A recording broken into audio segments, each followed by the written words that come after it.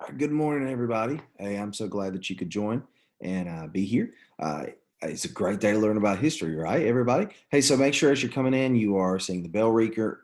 Make sure you're answering the question. Send me a private message, and we'll talk about that in just a minute. So, as everybody's coming in, just make sure you check out the bell ringer. I'll have a bell ringer every morning for the students to be able to log in, and as they come in, they can see that bell ringer and they can send me a private message. It helps me know that they're here and they're active and involved. So, this morning, we are going to be learning about the role that Alexander the Great played in the Hellenistic world, and we'll talk about what Hellenistic is. And the questions I want you guys to be thinking about is what makes Alexander great, and what decisions did Alexander make to shape Hellenistic culture? So we're going to watch a video this morning, and we're going to watch Hi a there, my name is video John Green. by John Green, Crash Course History. We love these videos, right, y'all? And so we're going to watch this, and I want you guys to be thinking about what makes Alexander great. So write down three things that you found really interesting about this video, and when we get done, I want you to drop it in the chat. All right? Hi there, my name. So the students are going to write down three things that they enjoyed about the video, and then they are going to drop it into the chat box, and then we'll have a discussion about it. This will just make sure that they followed along with the video and they were involved. Then we'll have a post-discussion video kind of discussion, and then we will answer these questions. This will allow me to be able to make sure that they are kind of on the same page of what we were trying to get out from the video. And so we'll talk about like what makes Alexander great, what they think makes somebody great, and if they think Alexander's deserving of being great. So Alexander's empire was the largest that the world had ever seen. And like we talked about already, he was really great at fighting. He was really great at expanding his empire, and it was very, very big. But one thing that we have not talked about yet is just how Alexander spread Greek culture. And just exactly what he did and how it happened. Well, he did it because he started to found new cities, and these cities were modeled after cities in Greece. So, could you imagine all of a sudden you're living in this area of the world that's not Greece and somebody's building Greek cities? Well, I mean, it's obviously got to be new. It's got to be different.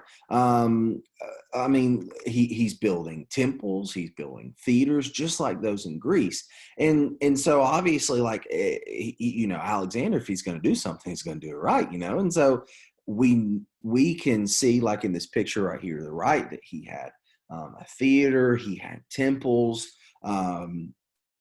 and he would have even introduced them to things like Greek gods, as you can see, an altar to Zeus and a temple to Dionysus. And Alexander, not only did he make the cities Greek, because, I mean, you can make a Greek city, but is it really Greek without Greek people? Because now he's inviting Greek people to move there. And most of them are going to be bringing Greek culture with them and also the Greek language. Now, imagine living in one of these cities, and all this Greek stuff is rising up around you, and now Greek people are living in the place that you call home. And imagine if you guys were living where you were and everything is changing. I mean, how do you handle change? Do you guys like change? Just drop a yes or no in the box. I mean, I know that I'm not really crazy about change. I like to change things, but I like to change things that I can control. I don't really like it when a lot of things change and I don't have any control over it. And so all these people are going through all this change in their life. Um, and and now you've got a new city, you've got new people speaking a completely different language. So I also have another question for you guys. Have you ever been in an experience where you had to talk to somebody or communicate with somebody that didn't speak your language? Did you notice that you were frustrated, or maybe they were frustrated? Was that a hard situation, or did you enjoy it even? Just raise your hand, and I'll call on you, and you can unmute yourself and just kind of tell us about that specific situation. If you would like to, you can also drop a quick little story into the chat. Is there anybody that would like to share with us? All right, great. So let's move on. Now, the city of Pergamum is a city that's going to be built by Alexander in Asia Minor, and we've talked about Asia Minor before. It's where modern day Turkey is, and so right here is a little um, diagram of what this city would have looked like. And so, if you can, in the chat, drop some things that you know are associated with Greece, maybe Greek cities or even Greek culture or religion.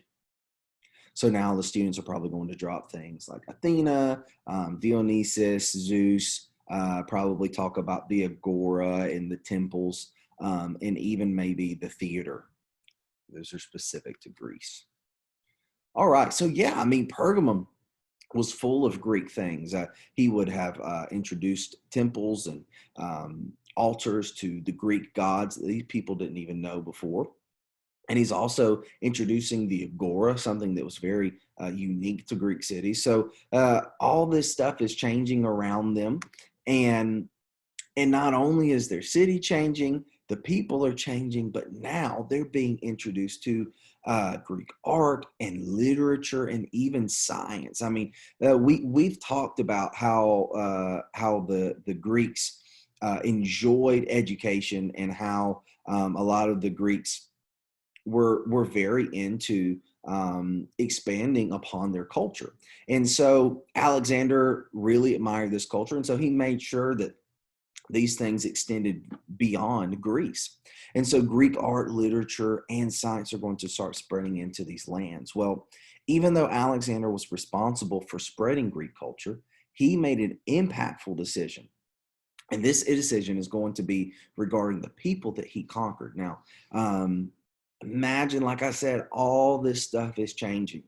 And we talked about whether you guys like change or not, and could you imagine everything going around in your world just being changed? New people, a new city. I mean, some of you guys have maybe had to move to a new city before. I know even just what's happened recently with COVID. I mean, we've had to have a lot of change in our lives, and so Alexander's going to make a decision regarding change for these people, and he's going to allow them to keep their culture and their customs. So, although all this change is going on around them, Alexander says it's okay.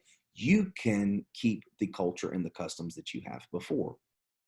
But he's introducing them to all these new Greek ideas. Well, because of this, a new blending culture is going to develop in Alexander's empire. So imagine you've got this cake mix. Okay, have you ever made a cake? You've got cake mix in a bowl. You've got eggs and oil and all the things that you add together to make a cake mix or cake batter. And you blend them all together. So you've got your original culture, you've got Greek culture, and you've mixed it all together into a bowl. Well, that is going to create something new. I mean, the cake batter is still there, all the ingredients are still there, but now they're combined, and it makes something that feels different and maybe even tastes different. And this is kind of what's created. It is something that's different from the culture that existed before. And so here's a buzzword, a vocab word. Make sure you're writing that down. Hellenistic culture, Greek-like culture. Make sure you write that out, guys. That's a vocab word. We need to know it. Hellenistic culture means Greek-like culture. So what is it? What is it? Well, Hellenic culture is another word for Greek culture. So if you say Hellenic culture, Greek culture, they're the same thing. They're interchangeable. Well, Hellenistic means that it is Greek-like, but it's not fully Greek. So we talked about with the cake mix. So it has cake batter and there are cake mix, and it has eggs and all the other ingredients, but it's a combination of those things and not just one. You've now blended it together. So it's Greek, but it's not fully Greek. So it's Greek-like. Well, because the Persians, the Egyptians, the Syrians, and other people groups in Alexander's empire did not have to change their culture, they were able to combine their culture with Greek ideas. And now Hellenistic culture is going to rise out of this. And although it's not fully Greek, because of the efforts that Alexander did, he built cities, he invites Greek people to move. but he lets people keep the original people there keep their customs. He's now created something that is a blend of Persian culture with Greek culture, Egyptian culture with Greek culture, and now Alexander's created Hellenistic culture. And so, although Hellenistic culture is not fully Greek, it's heavily influenced by the Greeks. So let's talk about a primary source. And I've told you guys about primary sources before, right? This is from a person that existed around the time when Alexander would have been alive. Well, Plutarch was a Greek who wrote about Alexander. And so what I want you guys to do is we're going to go over this text, and then I'm going to give you guys some instructions on what we're going to do next. Okay, so this is going to wrap up the kind of like I do portion of the lesson, and now we're going to kind of get into them showing me what they learned and kind of them do. So they're going to read over this text. They're going to go through this information. I'm going to have them summarize in their own words the 3 underlined portions that I have here in the text. One says those were subdued by Alexander are more fortunate. Another one says that Alexander's victims would not have been civilized if it wasn't for him. And the other says that he changed worse into better. So they're going to be able to write these into their own words, and they are going to kind of tell me what they think about this text. So I think this is going to be beneficial, especially for those who struggle with reading comprehension, because I'm going to have them go into the Google Classroom, write this out in their own words, and then afterwards we're going to discuss it together, and that's going to allow me I'm going to see if they want to share their answers. Not only will they be able to share their answers in the moment, but I'll be able to go and see them after the lesson and kind of get them feedback post lesson. But I would also like to be able to give them feedback as we discuss it. So other feedback that we'll be able to go through is from the video when we have a post discussion after the video, and that will kind of go through what they got from the video and make sure that they understand exactly why I showed them the video in the first place. And as well, I like to give a small little 3 to 5 question quiz just about a couple of the little things we learned, just to make sure that they understand just exactly kind of the basis of what we talked about today. And so at the end of my lesson, I will have my students do an exit slip. I'll have the link posted in the chat. They will click on it. They will submit that on book widgets. And they will just tell me, did they understand today's lesson? This will make sure that I get instant feedback on if they understood it or not. So allow me to kind of tailor my lessons in the future. And then they will also just kind of give an exit question as to what new culture was created with Alexander's empire, and that will be Hellenistic culture. So I really hope that you guys enjoyed this lesson today. I enjoyed giving it, and I really hope you all have a great day, and thank you for watching.